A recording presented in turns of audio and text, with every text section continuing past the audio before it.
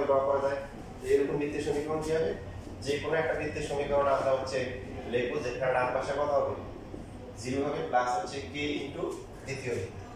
এটা যে কোনো একটা সাথে দিলে এখানে হবে, কারণ দুটো বৃত্ত যখন সরলরেখার বৃত্ত থাকে তখন হচ্ছে আমরা সরলরেখার সাথে আমরা উত্তম, কারণ সরলরেখা আমরা ছোট। আর যখন দুইটাই বৃত্ত থাকে তখন যে কোনো একটা দিলেই কি হবে, ইকুয়াল টু হচ্ছে 0 হবে।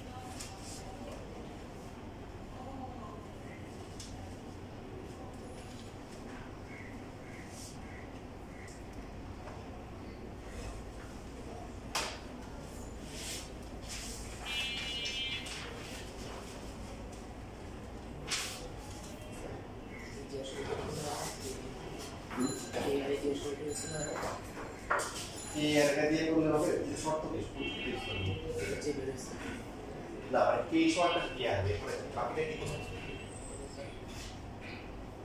কি মনে যায় না বুঝতে পারছি কোন পয়েন্টটা কি যে যে বলতেছে যে এটা দিয়ে করলাম পরে এখানে এই বাকিটা আছে বাকিটা আবার বাকি আবার দরকার আছে কি এটা আর এটার জন্য কোন কন্ডিশন নেই মানে এক্সট্রা কন্ডিশন নেই। আচ্ছা কি করতেছে দেখো তাহলে বুঝতে পারবে যে কি করা হচ্ছে।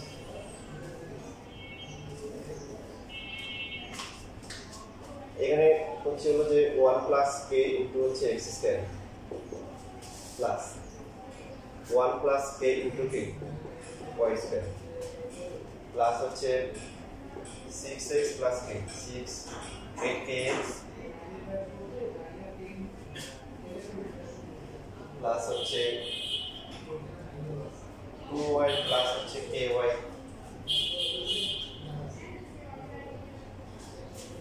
প্লাস হচ্ছে 10k plus k 6 equal to 0।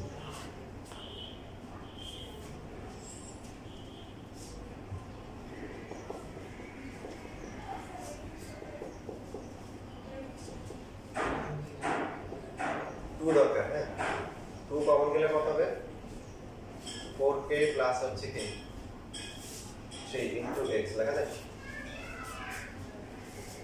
তাহলে পরটাকে লেখা যাবে কি 2 কমন গেলে কত হবে k by 2 প্লাস হচ্ছে 1 ইনটু y ঠিক আছে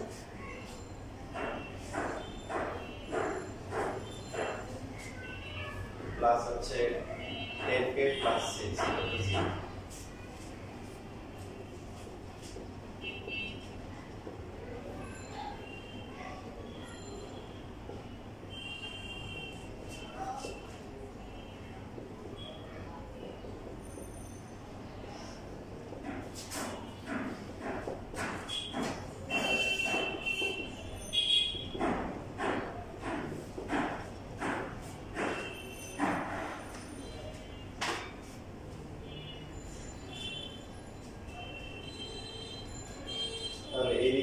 কেন্দ্র কত সেন্টার কত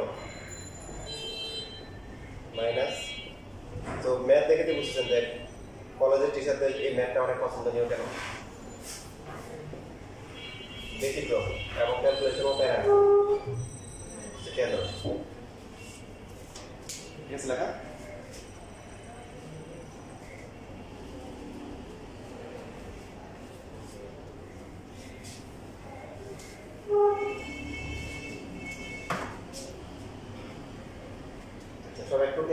কি কাজটা আমরা আসলে করতেছি দুইটা বৃত্ত ছেদ করবে দুইটা পয়েন্ট তাহলে এই দুইটা পয়েন্ট দিয়ে কিন্তু অনেকগুলো সার্কেল ড্র করা যায়, এরকম এরকম, ঠিক আছে, এরকম।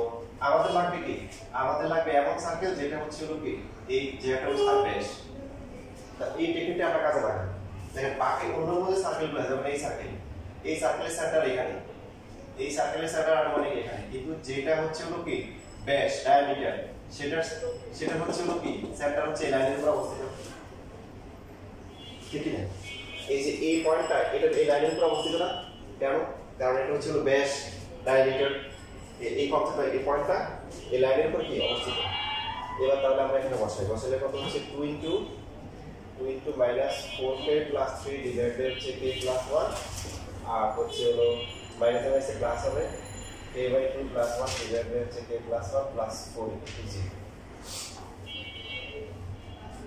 k + 1 দিয়ে সবগুলো গুণ করতে পারি, গুণ করলে এটা হবে -8k প্লাস হচ্ছে 6 প্লাস k/2 + 1 প্লাস হচ্ছে 4k + 4 = 0।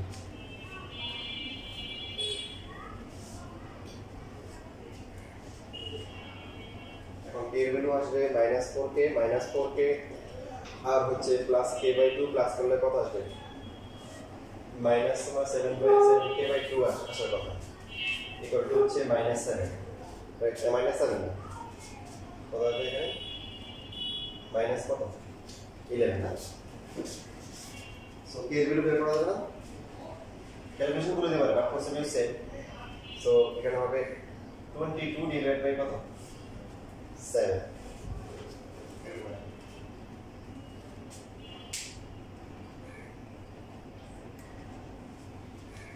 এইবার হচ্ছে k এর ভ্যালুটা এই যে এখানে যদি আমরা বসাই তাহলে হচ্ছে হলো সার্কেলের ইকুয়েশন যেটা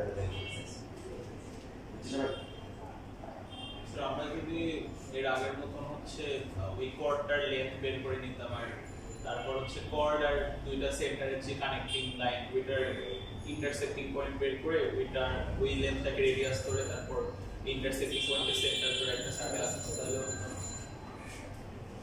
সেন্টার তো জানি না। সো হচ্ছে কর্ড আর দুইটা সেন্টারের কানেক্টিং লাইনের ইন্টারসেকশন পয়েন্টে সেন্টার হবে আমার কর্ড আর হচ্ছে হলো এই কর্ডটা এন্ড C1 C2 দিয়ে যে লাইন যায় সেটা যেখানে ইন্টারসেক্ট করে সেই সেন্টার হবে। হ্যাঁ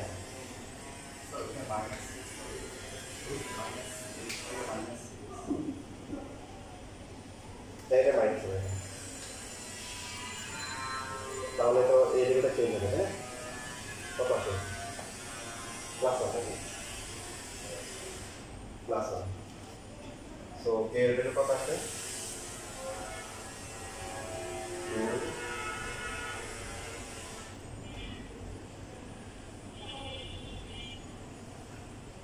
-7k k এর ভ্যালু কত আসবে -2/7।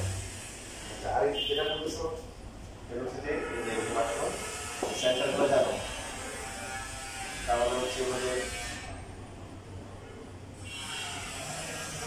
এটা তো মিড পয়েন্ট না, সেটা ওই কর্ডের মিড পয়েন্ট হওয়ার কথা না।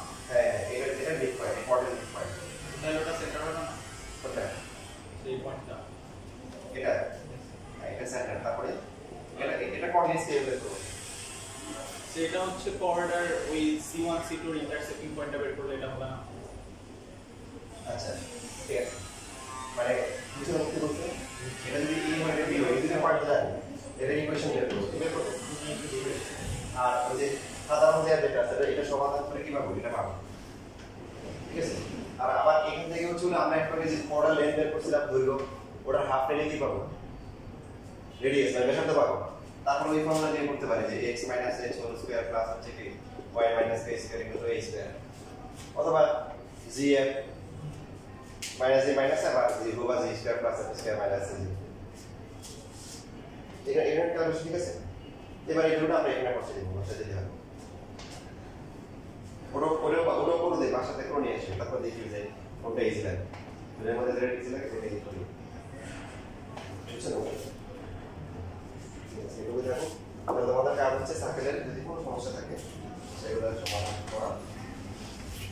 আমি তোমাদের হচ্ছে যে আপাতত হচ্ছে যে তোমাদের রোববারের ক্লাসটা থাকতেছে যে ঈদের পরে হয়তো আবার রোববারে ক্লাস শুরু হবে। রমজানের তাতে বেশি ক্লাস নেওয়া যাবে না। ঠিক আছে, রমজানে হয়তো তোমাদের টাইমটা 2টা থেকে 3টা হতে পারে, 1 ঘন্টা করে শুক্রবার শনিবার। কারোর কি সমস্যা হবে? সমস্যা তো আমার